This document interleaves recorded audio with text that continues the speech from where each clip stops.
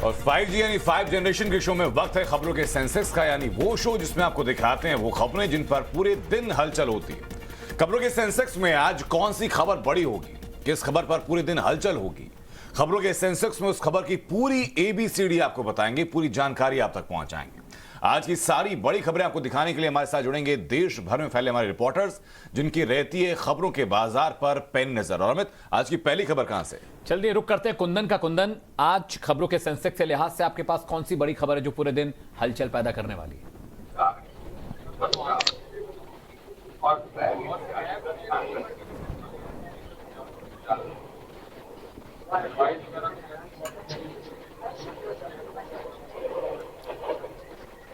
कुंदन, क्या आपको मेरी आवाज आ रही है? आज बिहार के तमाम ऑपोजिशन पार्टी के नेताओं का प्रधानमंत्री से मुलाकात होनी है। मुलाकात दिन के करीब 11 बजे के करीब मुलाकात तय है और इसमें न केवल बिहार के मुख्यमंत्री नीतीश कुमार बल्कि LOP जो है तेजस्वी यादव, जीतन राम मांझी, कांग्रेस के नेता समेत जो भी बिहार में तमाम पॉलिटिकल पार्टीज हैं, मुलाकात होनी है। राज्यसभा से जो दोनों सदनों से बिल पास होने के बाद लगातार ये कई राज्यों के अपोजिशन का ये दबाव था कि इस बार जो जनगणना हो रही है उसमें कास्ट सेंसेक्स के आधार पर जनगणना की जाए और इसको लेके आज ये मुलाकात होनी है। और आप देखिए कि इस मुलाकात के बाद एक तरह से न केवल बिहार बल्कि उत्तर प्रदेश से भी लगातार इस तरह की मांगे हो रही है कि जो भी कास्ट सेंसेक्स पहली बार कराया जाए। इससे पहले 2011 में जरूर कास्ट सेंसेक्स कराया गया था और मौजूदा सरकार के तरफ से भी बतौर गृह मंत्री राजनाथ सिंह ने यह वादा किया था कि इस बार जो कास्ट सेंसेक्स होगा, जो भी सेंसेक्स होगा 2021 का, उसमें हम शामिल करेंगे उन तमाम जातियों का और इसके बाद जो कास्ट सेंसेक्स होगा। लेकिन अभी सरकार की तरफ से जो लगातार बयान आ रहे हैं, पार्लियामेंट में जो गृह राज्य मंत्री हैं नित्यानंद राय, उनके भी एक सवाल के जवाब में सब साफ कहा गया कि सरकार की अभी कोई मंशा नहीं है। तो चुनावों के वक्त बीजेपी सरकार का ये वादा और इसके बाद अब जब धरातल पे सेंसस करने की बात आ रही है उसमें तमाम ऐसे राज्यों में बनाए रखिएगा, लगातार जानकारी आपसे लेंगे। लेकिन आप अलीगढ़ का हम रुख करेंगे। रविकांत हमारे साथ वहां से जुड़ चुके हैं। रविकांत, अलीगढ़ से आज क्या बड़ी खबर निकल रही है?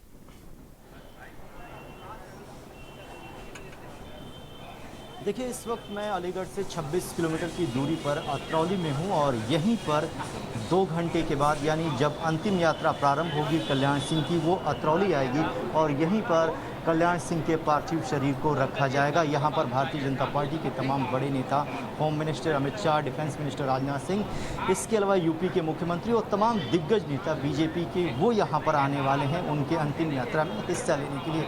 तो बताया ये जा रहा है कि अहिल्याबाई होलकर जो स्टेडियम है अलीगढ़ में, वहाँ से अंतिम यात्रा प्रारंभ होगी और वहाँ से 25 किलोमीटर चलकर वो अतरौली पहुँचेगी और यहाँ पर 2 घंटे तक वो अंतिम दर्शन के लिए उनके पार्थिव शरीर को रखा जाएगा। यहाँ पर लोग हमारे साथ हैं। आप बताइए सर, यहाँ का क्या कार्यक्रम, कितने बजे तक पहुँचेंगे? अलीगढ़ से आदरणीय बाबूजी का जो काफिला है वो सारा 9 बजे निकलने का प्रोग्राम है और यहाँ 10:30 बजे तक माननीय पूर्व मुख्यमंत्री श्री कल्याण सिंह जी, जिन्हें हम सब बाबूजी के नाम से पुकारते हैं, वो यहाँ पहुँचेंगे। चूँकि अतरौली उनका गृह क्षेत्र है और पूरा जीवन उनका अतरौली के लिए समर्पित रहा और आज उन्हीं की वजह से पूरे विश्व के मानचित्र पर पूरे अतरौली को जाना जाता है। तो ऐसे हमारे बाबूजी को श्रद्धांजलि देने के लिए जो हमारे सभी क्षेत्र के आम नागरिक हैं उनके लिए यहाँ कार्यक्रम रखा गया है। कौन कौन से बड़े नेता यहाँ पर आ रहे हैं, किसकी जानकारी आप लोग को दी गई? अभी बाकी तो सब लखनऊ तक की जानकारी आप सभी को है। माननीय प्रधानमंत्री नरेंद्र भाई मोदी जी उन्हें श्रद्धांजलि लखनऊ में दे चुके हैं और आज यहाँ भारतीय जनता पार्टी के पूर्व राष्ट्रीय अध्यक्ष आदरणीय अमित शाह जी, जो देश के गृह मंत्री हैं, वो भी आज यहाँ पधार रहे हैं। राज्यपाल श्रीमती आनंदीबेन पटेल जी भी यहाँ पधार रही हैं और भारतीय जनता पार्टी के जैसी सूचना प्राप्त हुई है, कई मुख्यमंत्री, कई राज्यपाल और अन्य पूरे आसपास के पूरी कमिश्नरी से भारतीय जनता पार्टी बड़े बड़े नेता, चूँकि पूरे प्रदेश में बाबूजी के सभी अनुयायी रहे हैं, इसलिए पूरे प्रदेश से बहुत नेताओं के आने की संभावना है। तो चलिए, प्रदेश के जितने भी बड़े नेता हैं, केंद्र के जितने बड़े नेता हैं, कई राज्यों के मुख्यमंत्री, वो यहाँ पर आने वाले हैं और लगभग 12 से 1 बजे के आसपास बताया जा रहा है कि जो कल्याण सिंह का पार्थिव शरीर है वो यहाँ पहुँचेगा और उसके बाद लोग यहाँ पर भी जो उनके पैतृक गांव के लोग हैं अंतिम बार अपने लोकप्रिय नेता के दर्शन करेंगे और उसके बाद यहाँ से नरौरा के लिए प्रस्थान किया जाएगा, जहाँ पर गंगा घाट है और वहीं पर अंतिम संस्कार होगा कल्याण सिंह का और उसके बाद वो अनंत यात्रा पर चले जाएंगे। जानकारी आपने दी, इनके अलावा क्या और कोई दूसरे नेता भी इसमें शामिल हो सकते हैं इस कार्यक्रम में?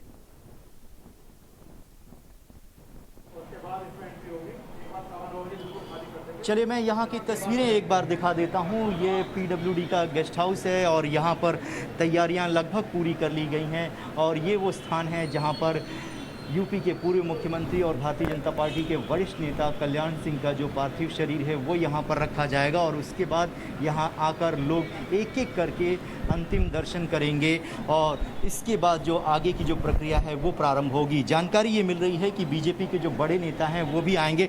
तस्वीरें मैं अपने कैमरा पर्सन सुजीत को कहूँगा वो बाहर के दिखाएं। ये अतरौली से 26 किलोमीटर की दूरी पर जो पीडब्ल्यूडी का जो गेस्ट हाउस है वहाँ पर तैयारियाँ पूरी की जा रही हैं। यहाँ पर जो गणमान्य लोग हैं वो आकर बैठेंगे और यहाँ पर कल्याण सिंह जी का जो पार्थिव शरीर है वो रखा जाएगा और उसके बाद यहाँ से 25 से 26 किलोमीटर की दूरी पर जो नरौरा जगह है वहाँ पर जो है अंतिम संस्कार की जो पूरी क्रिया है वो प्रारंभ की जाएगी। तो इस तरीके से आज अपने अंतिम यात्रा पर निकलेंगे भारतीय जनता पार्टी के दिग्गज नेता कल्याण सिंह और उनको श्रद्धांजलि देने के लिए हजारों की संख्या में जो भारतीय जनता पार्टी के समर्थक हैं, तमाम बड़े नेता हैं, केंद्रीय मंत्री वो मौजूद रहेंगे। रविकांत, चूंकि काफी वीआईपीज वहां मौजूद रहेंगे तो क्या आम लोगों को इजाजत होगी कि वो पार्थिव शरीर के पास जाकर के उनका अंतिम दर्शन कर सकें?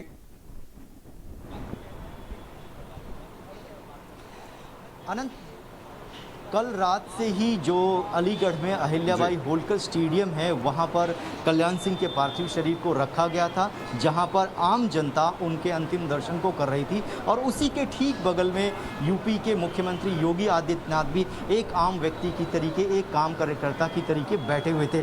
कुछ इसी तरीके का नज़ारा यहाँ पर भी होगा। मैं अपने कैमरा पर्सन सुजीत को बोलता हूँ कि वो जगह आपको दिखाएं। यहाँ पर जो है वो कल्याण सिंह का जो पार्थिव शरीर है वो आकर लाकर रखा जाएगा और यहाँ भी जानकारी मिल रही है कि जो गांव के आसपास के लोग हैं वो 2 घंटे तक यहाँ पर उनके पार्थिव शरीर का दर्शन कर सकते हैं। तो आम लोगों को दर्शन करने के लिए कोई रोक टोक नहीं है, वो आ सकते हैं और यहाँ पर अपने लोकप्रिय नेता का अंतिम दर्शन करेंगे। और ये लाइव तस्वीर हम आपको दिखा रहे हैं। पूर्व मुख्यमंत्री यूपी के कल्याण सिंह का अंतिम संस्कार आज होना है और लगातार तमाम बड़े नेता तस्वीर आपको दिखा रहे हैं जिस तरह से उनकी शव यात्रा निकाली जा रही है और तमाम बड़े नेता स्मृति ईरानी, योगी आदित्यनाथ, राजनाथ सिंह, अमित शाह, ये तमाम लोग वहां शामिल होंगे। अतरौली, बुलंदशहर के अतरौली इलाके में उनका अंतिम संस्कार किया जाएगा और अहिल्याबाई होलकर स्टेडियम में उनके अंतिम दर्शन के लिए उनके पार्थिव शरीर को रखा जाएगा। तो आज जिस तरह से अंतिम सफर पर है कल्याण सिंह, वो तस्वीरें भी आपको दिखाएंगे जब वो पंचतत्व में विलीन हो जाएंगे। फिलहाल अब रुक कर लेते हैं प्रदीप दत्ता का। प्रदीप से जान लेते हैं, प्रदीप आज आपके अनुसार कौन सी खबरों के सेंसेक्स में ऊपर रहने वाली है?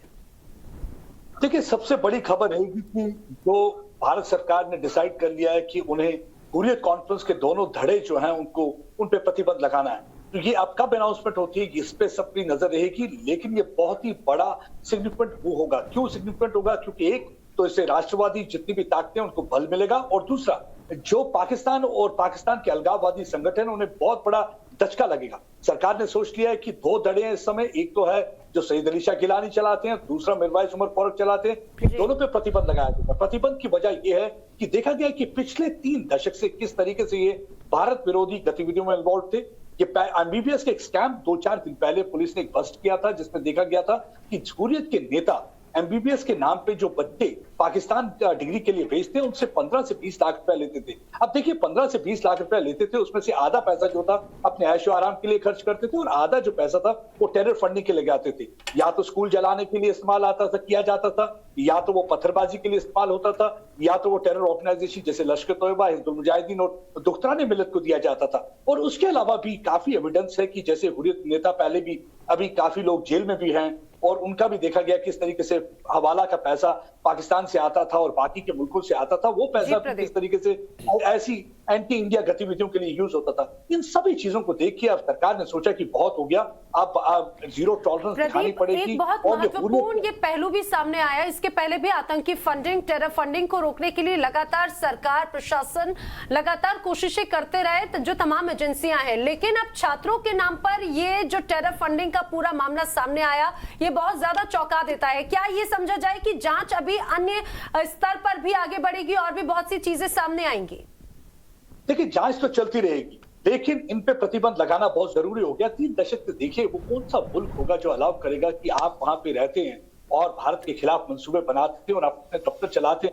मेरे ख्याल से ये पहला मुल्क था जहां ऐसा हो रहा था, लेकिन मोदी सरकार ने डिसाइड कर लिया कि यहाँ पे जीरो टॉलरेंस होगा, कोई भी अलगाववादी गतिविधि को अलाउ नहीं करेंगे। यही एक वजह की जरूरत पर उन्होंने अब डिसाइड कर लिया प्रतिबंध लगाने का। और आपने बिल्कुल सही कहा, छात्रों के नाम पे पैसा लेते थे। देखिए आप, ना इन्हें कश्मीरियों से कुछ लेना देना था, ना कश्मीरियों से लेना देना था। ये पैसा 15 से 20 लाख रुपए लोगों से लेते थे। उनके जो बच्चे थे वो पाकिस्तान में एमबीबीएस करने जाते थे, उसमें से आधा पैसा अपने ऐशो आराम से। और बड़ी बात यह है कि अपने बच्चे अगर देखेंगे आप हुर्रियत की, सभी अच्छी जिंदगी बसर कर रहे हैं, सभी बड़े बड़े कॉलेजेस में पढ़ रहे हैं, देश से बाहर पढ़ रहे हैं, लग्जरियस लाइफस्टाइल जी रहे हैं। और देखिए आम कश्मीरी को ये कहते थे कि आप बंदूक उठाइए और भारत के खिलाफ मंसूबे बनाइए और हमारे देशभक्त जो लोग हैं उनको मारिए। तो ये उस लोगों उन चीजों के लिए तैयार करते हैं। मेरे ख्याल से कश्मीरियों के लिए भी है कि देख लें कि असली तस्वीर आपके उन हुर्रियत नेताओं की। अगर किसी को अभी भी उनके लिए थोड़ा सोचते हैं कि ये वेल विशर हो सकते हैं, तो बिल्कुल गलतफहमी में ना रहें। ये वेल विशर नहीं थे, ये सिर्फ अपने आप के बारे में बिल्कुल, ये सोच रहे थे। कार्रवाई बहुत ज्यादा जरूरी थी। अब देखना ये होगा, क्योंकि हमारे देश में बहुत सारे हुर्रियत प्रेमी भी हैं, तो उनसे कैसे निपटेंगी सरकार, ये भी देखना दिलचस्प होगा। शिवानी मिश्रा का रुख करते हैं। शिवानी, आपके पास क्या बड़ी खबर आज के लिए?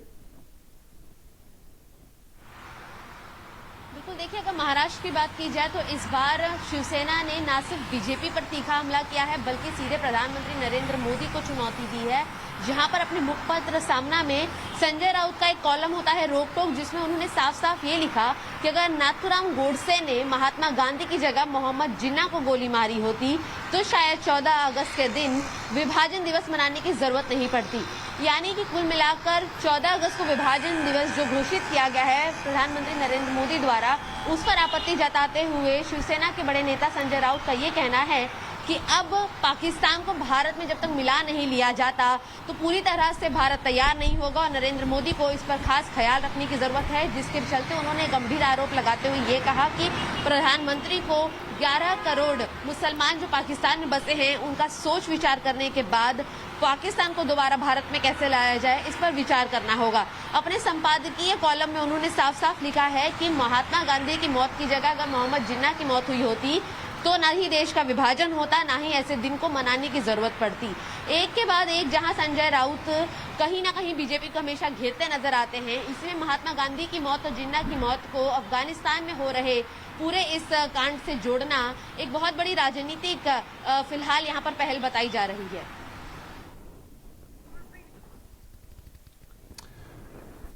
बिल्कुल शिवानी, और इस वक्त गुरप्रीत चिन्ना भी हमारे साथ जुड़ चुके हैं। गुरप्रीत, खबरों के सेंसेक्स में सबसे अहम खबर आपके पास क्या आज?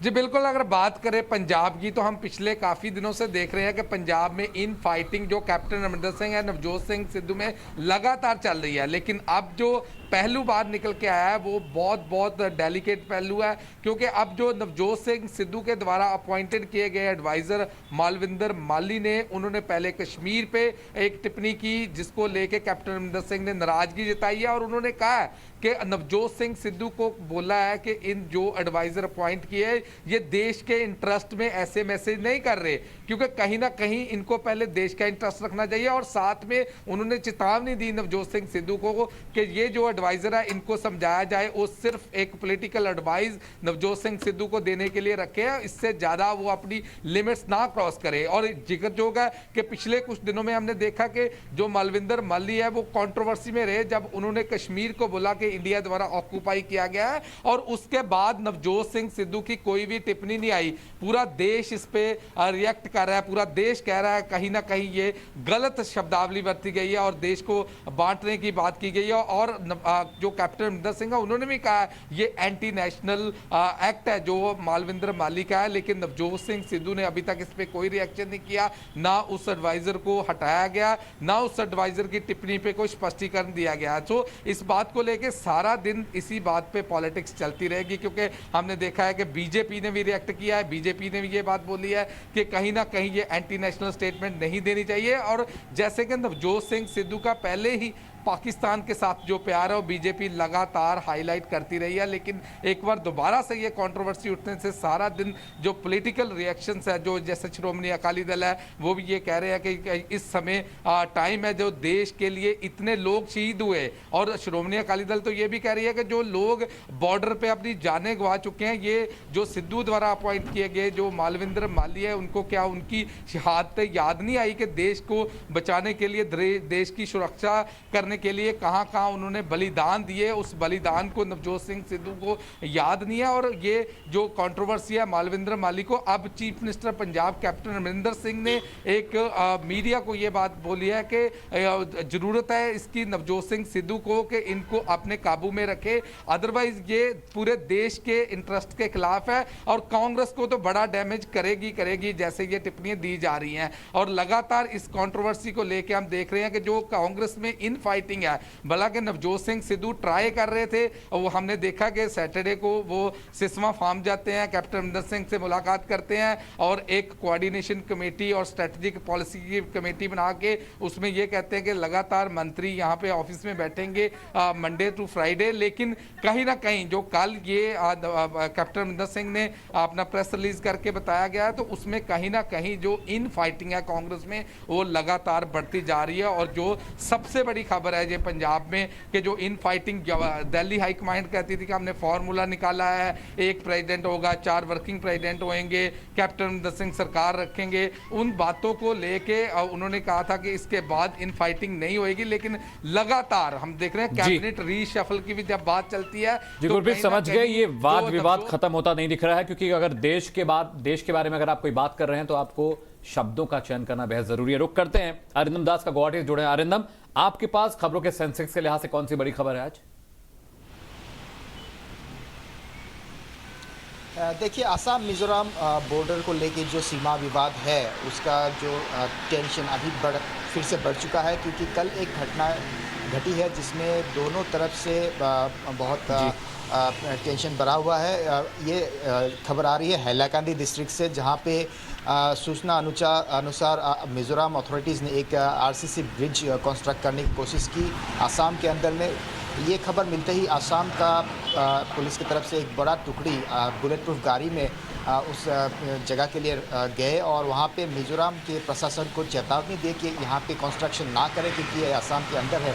लेकिन मिजोरम प्रशासन ये बात मानने के लिए तैयार नहीं है। तो अभी जब हमको खबर मिल रही है कि दोनों पुलिस, आसाम और मिजोरम पुलिस, एक दूसरे के खिलाफ बंकर्स में बैठे हुए LMG के साथ आईबॉल टू आईबॉल कॉन्फ्रोंटेशन में, तो जो टेंशन बढ़ी हुई थी 26 जुलाई को, जहाँ पे हम लोगों ने देखा था कि एक अंधाधुंध फायरिंग की घटना घटी थी, जहाँ पे मिजोरम की तरफ से फायरिंग की गई थी, जिसमें 6 असम पुलिस के जवान शहीद हुए थे और एक सिविलियन की मौत हुई थी और 50 से ज़्यादा घायल हुए थे। तो इस घटना के बाद एक ट्राइपार्टाइट लेवल मीटिंग हुई थी MHA, असम गवर्नमेंट और मिजोरम गवर्नमेंट के बीच में, जिसमें एक एग्रीमेंट हुआ था कि असम और मिजोरम गवर्नमेंट स्टेटस को मेंटेन करेगी जब तक बॉर्डर में पीस एंड ट्रैंक्विलिटी मेंटेन नहीं हो। लेकिन ये कल का जो घटना है इसमें फिर से जो सीमा विवाद को लेकर टेंशन है वो फिर से बढ़ चुकी है। और चलिए रुक करेंगे मेरी सहयोगी हर्षा का। हर्षा, आज की सबसे बड़ी खबर क्या रहने वाली है?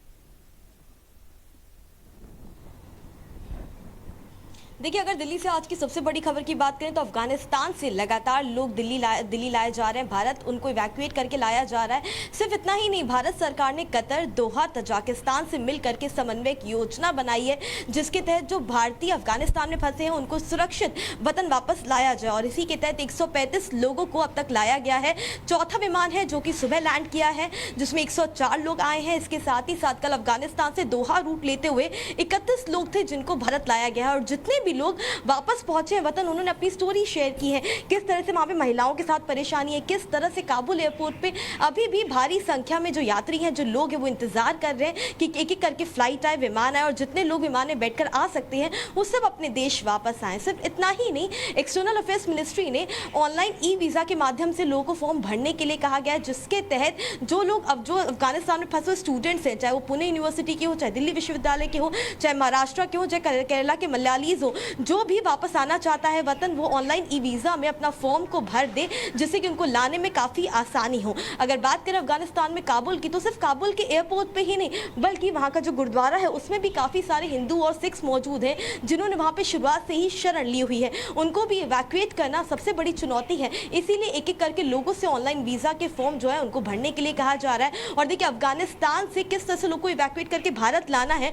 उसको लेकर जो सरकार की योजना है वो बेहद अच्छी है, क्योंकि अपने लोगों को लाने के लिए प्रतिदिन कोई ना कोई विमान सीधे या तो हिंडन लैंड कर रहा है या तो IGI एयरपोर्ट ला रहा है। ये चौथा विमान है अब तक जो भारतीयों को इवैक्यूएट करके देश लाया गया है, और जो लोग आए हैं वो राहत की सांस ले रहे हैं कि कम से कम जल्द से जल्द अपने वतन वापस तो आ गए, क्योंकि जो स्थिति है वहाँ पे बेहद तनावपूर्ण है। क्योंकि कई ऐसे दूसरे कंट्रीज के जो लोग वहाँ फंसे हुए हैं वो निकल के वापस नहीं आ पा रहे, वो भारत आना चाहते हैं लेकिन नहीं आ पा रहे हैं, वो और देशों में जाना चाहते हैं लेकिन अफगानिस्तान में नहीं रुकना चाह रहे। लिहाजा जो स्थिति है वो बेहद तनावपूर्ण है। और जो वतन वापस आ रहे हैं उन्होंने अपनी स्टोरीज भी शेयर की है, किस तरह से जो तमाम बातें कही जा रही है वो कितनी झूठी है। वहाँ पे लोग अभी भी बहुत परेशान है और देश से निकलना चाहते हैं। बिल्कुल हर्षा, अब जरा रुक कर लेते हैं शिंजॉय चौधरी का। शिंजॉय, जिस तरह से अफगानिस्तान में हालात बने हुए हैं, अमेरिका की तरफ से भी लगातार अब और एक और खतरे की बात कही जा रही है, आज की बड़ी खबर आपके अनुसार और क्या हो सकती है?